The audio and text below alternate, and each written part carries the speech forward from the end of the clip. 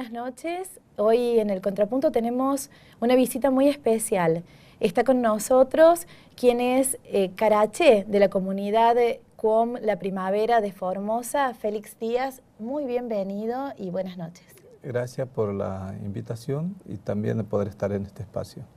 Félix, me explicabas recién que no es lo mismo Caraché que jefe. ¿Cuál es la diferencia? Sí, la verdad que para nosotros teníamos una forma de organizarnos de la cual el líder no es patrón ni el que decide, sino se forma como un consejo donde sostiene la figura del liderazgo a través de la participación de la comunidad. Entonces, este consejo está conformado por ancianos y ancianas, hombres y mujeres adultos, y después los jóvenes y mujeres jóvenes, que es la que sostiene la figura del líder. ¿Y cuál sería el rol del Caraché en esta estructura? El Caraché es como una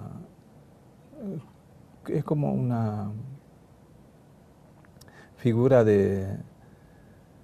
es como un horcón, digamos, que está sostenida por cuerdas. Entonces, si las cuerdas sin el horcón no se puede sostener, está muy ligada con el pueblo. Entonces, por esa razón los indígenas nunca tomaban decisión porque había un consejo que le decían al líder para orientar, prevenir, combatir, o sea, una forma de consensuar cualquier decisión para que no haya culpable de un error, sino que los errores siempre se cometen, si es en general entre todos o si son logros, también son producto de la decisión que se toma. ¿Esta estructura la han podido mantener en el tiempo a pesar de que tienen que responder a otra estructura que en el caso de ustedes tiene que ver con un Estado como el de la Nación Argentina? ¿Ustedes han podido mantener esta estructura y de qué manera? Y la verdad que nosotros no pudimos sostener porque nos han invadido, nos colonizaron y nos metieron en la cabeza de ser civilizado tiene que ser cristiano y despojar la identidad cultural de los pueblos indígenas, dejar de tener pelo largo, dejar de hablar como com, o sea, montones de cosas se despoja para poder imponer costumbre que no es nuestra, como el caso de vestirse con corbata, con traje o con zapato, y uno después ese disfraz, los días domingos, tenés colgado en la pared durante una semana y después volver a vestirse para que esté dentro de lo que es la civilización, de predicar el evangelio, de hablar del amor mientras que los demás se sigan muriendo, de hambre, de sed. Entonces yo creo que esa forma de imposición afectó mucho la vida de los pueblos indígenas. Entonces el que produjo este cambio fue el corte de ruta del 2010. Cuando salíamos a la ruta no teníamos nada. Entonces nos preguntábamos qué hacemos, porque nosotros no manejamos el tiempo y la hora, el día, la fecha, sino más bien nos guiamos de la salida del sol y hasta la entrada del sol, que es una forma de controlar la vida de los demás para poder organizarnos de acuerdo el día. Entonces no teníamos programado o agenda para decir, hacemos tal día, tal hora, tal fecha, hacemos cuando podemos. Entonces, donde pudimos recuperar esa forma de autonomía es a través de los cazadores. Y los cazadores nos enseñaban cómo ellos subsisten en un campo privado, qué es lo que hacían. Entonces, ellos son los sabios y expertos en el campo porque ellos son los que llevan la vida de la familia, consiguen sus alimentos, traen a la casa, se comparten, nunca dice que este es mío, por lo tanto no comparto, sino es una generosidad de sostener la familia indígena que ha podido sostener por más de 500 años. Decías recién que fueron civilizados, entre comillas, que en definitiva fue una forma de silenciar una cultura. Hace poco tuviste la oportunidad de estar cara a cara con el Papa Francisco, que es el líder precisamente de la religión que en definitiva a ustedes los silenció culturalmente más allá de las decisiones políticas que acompañaron a esto. ¿Cómo fue ese encuentro? Y la verdad que para nosotros fue muy importante porque nos hizo más visible la existencia de los pueblos indígenas, porque llegar al Vaticano no es cualquier cosa, para nosotros fue un impacto social fuerte. Pero no es darle importancia a una institución que en definitiva a ustedes los ha estado silenciando desde tiempos inmemorables. Es que nosotros no somos rencorosos ni odios, no tenemos con nadie, porque lo que queremos es dignificar la vida a través de la relación social, porque la misma Iglesia en un tiempo cuando estaba el Papa Juan Pablo II acá en la Argentina pidió perdón a los pueblos indígenas por esta deuda social que él mencionaba. Entonces queríamos llegar al Papa para poder ver si esto se puede cambiar a través del apoyo que tiene que acompañar los pueblos indígenas a la Iglesia Católica, ya que se ha conformado organismos como el caso de ENDEPA, Equipo Nacional de Pastoral Aborigen, que tiene que capacitar a los indígenas, que tiene que incluir en las universidades, pero no evangelizar. Entonces nosotros no vamos a ir a pedir disculpa, perdón, lo que nosotros queremos es tener los derechos humanos como cualquier ser humano. Que ya los tienen. Entonces, o sea, hay que cumplirlos. Solamente falta aplicación de esos derechos, porque no nos consideramos político, opositor, oficialista dentro de esta democracia. Lo que queremos es libertad para trabajar lo que sabemos y también defender nuestra madre tierra, es la que más nos preocupa por el bien de la humanidad en general, porque no somos comerciantes ni manejamos lo que es la matemática. Por esa razón, la gente que vive de nosotros no quiere desprender la identidad, o sea, la figura del indígena, porque a través de esa figura piden recurso económico internacional para poder supuestamente acompañar este proceso. Y muchos de las ONG que han vivido en las comunidades indígenas sacan muchos provechos bajando proyectos millonadas de pesos, pero los pueblos indígenas siguen viviendo igual. En definitiva, los terminan usando, o sea, con la excusa de ayudar a los pueblos originarios, se benefician ellos y no ustedes.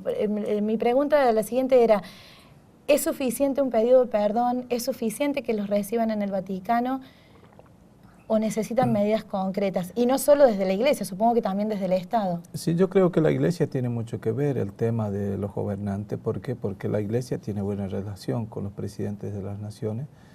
Y yo creo que si los dos trabajan a favor de los pueblos indígenas, se puede destrabar cualquier conflicto, sea jurídico o las cuestiones territoriales, porque ambas fuerzas son las que puedan reconstruir el mundo indígena dando ese gesto político, donde el Estado no tiene que poner condiciones, que la Iglesia tampoco no vuelva a usar el mecanismo de evangelizar, sino más bien acompañar este proceso, y que también los gobernantes que llegan a asumir una responsabilidad de las provincias o del país, que ponga en la agenda del tema indígena, agenda política, para que los indígenas sean partícipes en la decisión política que tiene que ver sus intereses, porque muchos de nosotros hemos perdido líderes que han luchado en contra de esta injusticia, y muchos de mis hermanos han muerto por falta de acceso a la salud, porque el Estado mismo deja abandonado para que no siga reclamando.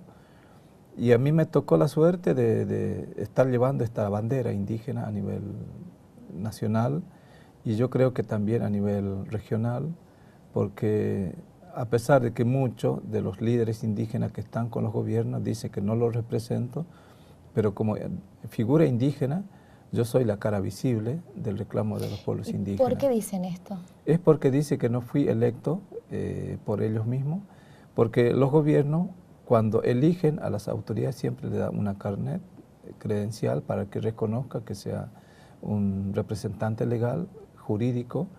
Entonces, como nosotros no necesitamos eso, nosotros lo que sabemos decir es esto, hablar lo que es la realidad y denunciar la injusticia, porque no queremos que nos vistan con los colores de los diferentes partidos políticos, porque ya es demasiado los daños que nos han hecho. Porque no la están pasando bien en Formosa. Nosotros no estamos pasando ni en Formosa, ni Salta, ni Neuquén.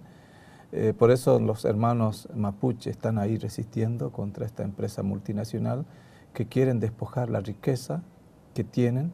Entonces, para que uno se dé cuenta que los indígenas no quieren riqueza, lo que quieren es ocupar los territorios que les corresponde, porque ahí está la vida, la espiritualidad, la medicina, el alimento.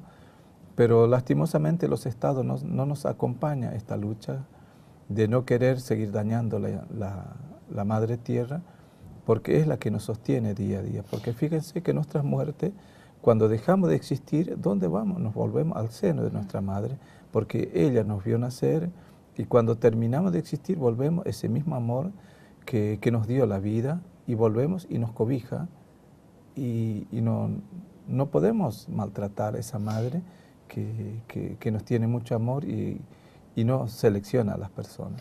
Una madre tierra que particularmente estos días está sufriendo mucho, víctima de incendios, no solo en Córdoba, sino en 7 provincias más de la Argentina. ¿Usted cree que en este tipo de cosas que pasan, que tendrán un poco de catástrofe y otro poco de mano humana, también hay una historia de explotación de la tierra que nos está pasando factura, ¿le parece? Sí, es algo que esto tiene que producir sí o sí. Entonces, muchas veces nosotros los padres decimos, amo a mis hijos, yo quiero heredar a mis hijos un auto o una mansión. Entonces la gente cree que eso le va a salvar. Sin embargo, le estamos heredando una enfermedad a nuestra generación, agua contaminada, por agrotóxico, por contaminación de los ríos, desmonte. ¿Y qué es lo que produce nuestra madre tierra? Las madres tierra nos van a devolver ese desastre que le estamos ocasionando, y la plata que se lleva de nuestra riqueza. Vos te vas en la zona urbana, hay mucha villa miseria, en las comunidades indígenas ni hablar. Entonces yo creo que el Estado está dando la posibilidad de que el mundo sea más corto, la vida, y nosotros tenemos que actuar en defensa de nuestra madre tierra y en defensa de la vida de miles de humanos que viven en este planeta. Félix, me quedaría horas charlando, pero bueno, para ir terminando, hace poco hablaba con otro descendiente de pueblos originarios y me decía, hablaba de este dicho que por ahí se escucha, los mexicanos descienden de los aztecas, los peruanos descienden de los incas y los argentinos descendemos de los barcos. Y él me decía, esto no es así, son muchísimos más los descendientes que todavía hoy habitan nuestra tierra y que vienen de raíces ancestrales. ¿Usted lo ve así también? Nosotros no podemos como discriminar los orígenes de cada pueblo, porque entendemos que cada pueblo tiene sus propias raíces, su cultura. Entonces yo veo siempre a los polacos que habitan en nuestra región, que ellos mantienen intacta su lengua, su forma de pensar, su religiosidad, pero ellos nadie le dice nada. Sin embargo, a nosotros nos impone de que cambiemos nuestra cultura a través del cristianismo, de los partidos políticos. Entonces, cuando uno respeta su origen, está respetando su origen, su raíz, porque es la forma de cuidar la interculturalidad o la multiculturalidad que hay en este planeta, porque no podemos decir que yo soy igual a usted o sos igual de cualquier. Nosotros somos diferentes y esa diferencia tenemos que ser tolerantes y respetar para que podamos crecer juntos, no imponiendo al otro por ser un científico o un intelectual. Lo que sí tendríamos que conocernos a través de la relación de amistad o de hermandad, porque todos somos parte de este mundo que nos necesita, y no seamos egoístas el de querer dominar al mundo, eliminando seres que no está de acuerdo con nuestra forma de pensar, al igual que el mundo animal, que muchas veces dice que hay que exterminar la serpiente porque es la que ocasiona daño a los ganados o cualquier especie. Entonces yo creo que ese pensamiento es negativo, porque si uno elimina una especie, prolifera la otra especie que va a ser mucho peor que la serpiente. Entonces cada mundo tiene su propio hábitat y defiende su espacio, así como cualquier ser humano. Si sos invadida, tenés que defenderte. Entonces yo creo que el respeto, más que fundamental para sostener la vida, es eso. Félix, muchísimas gracias por esta visita y por esta charla que de verdad que la hemos disfrutado. Bueno, muchísimas gracias por el espacio y ojalá que cada argentino que se acerca hacia nosotros, que nos acompañe y que nos visite, porque realmente necesitamos más acercamiento hacia la sociedad, porque estamos necesitando mucho acompañamiento técnico, asesoramiento jurídico y también que el Estado se haga cargo de la problemática indígena y que no sea la sociedad responsable de este problema, sino que seamos todos parte de la solución. Muchísimas gracias. Nosotros nos quedamos con este mensaje de conocernos y respetarnos en nuestras diferencias, mientras seguimos en Palabras Políticas.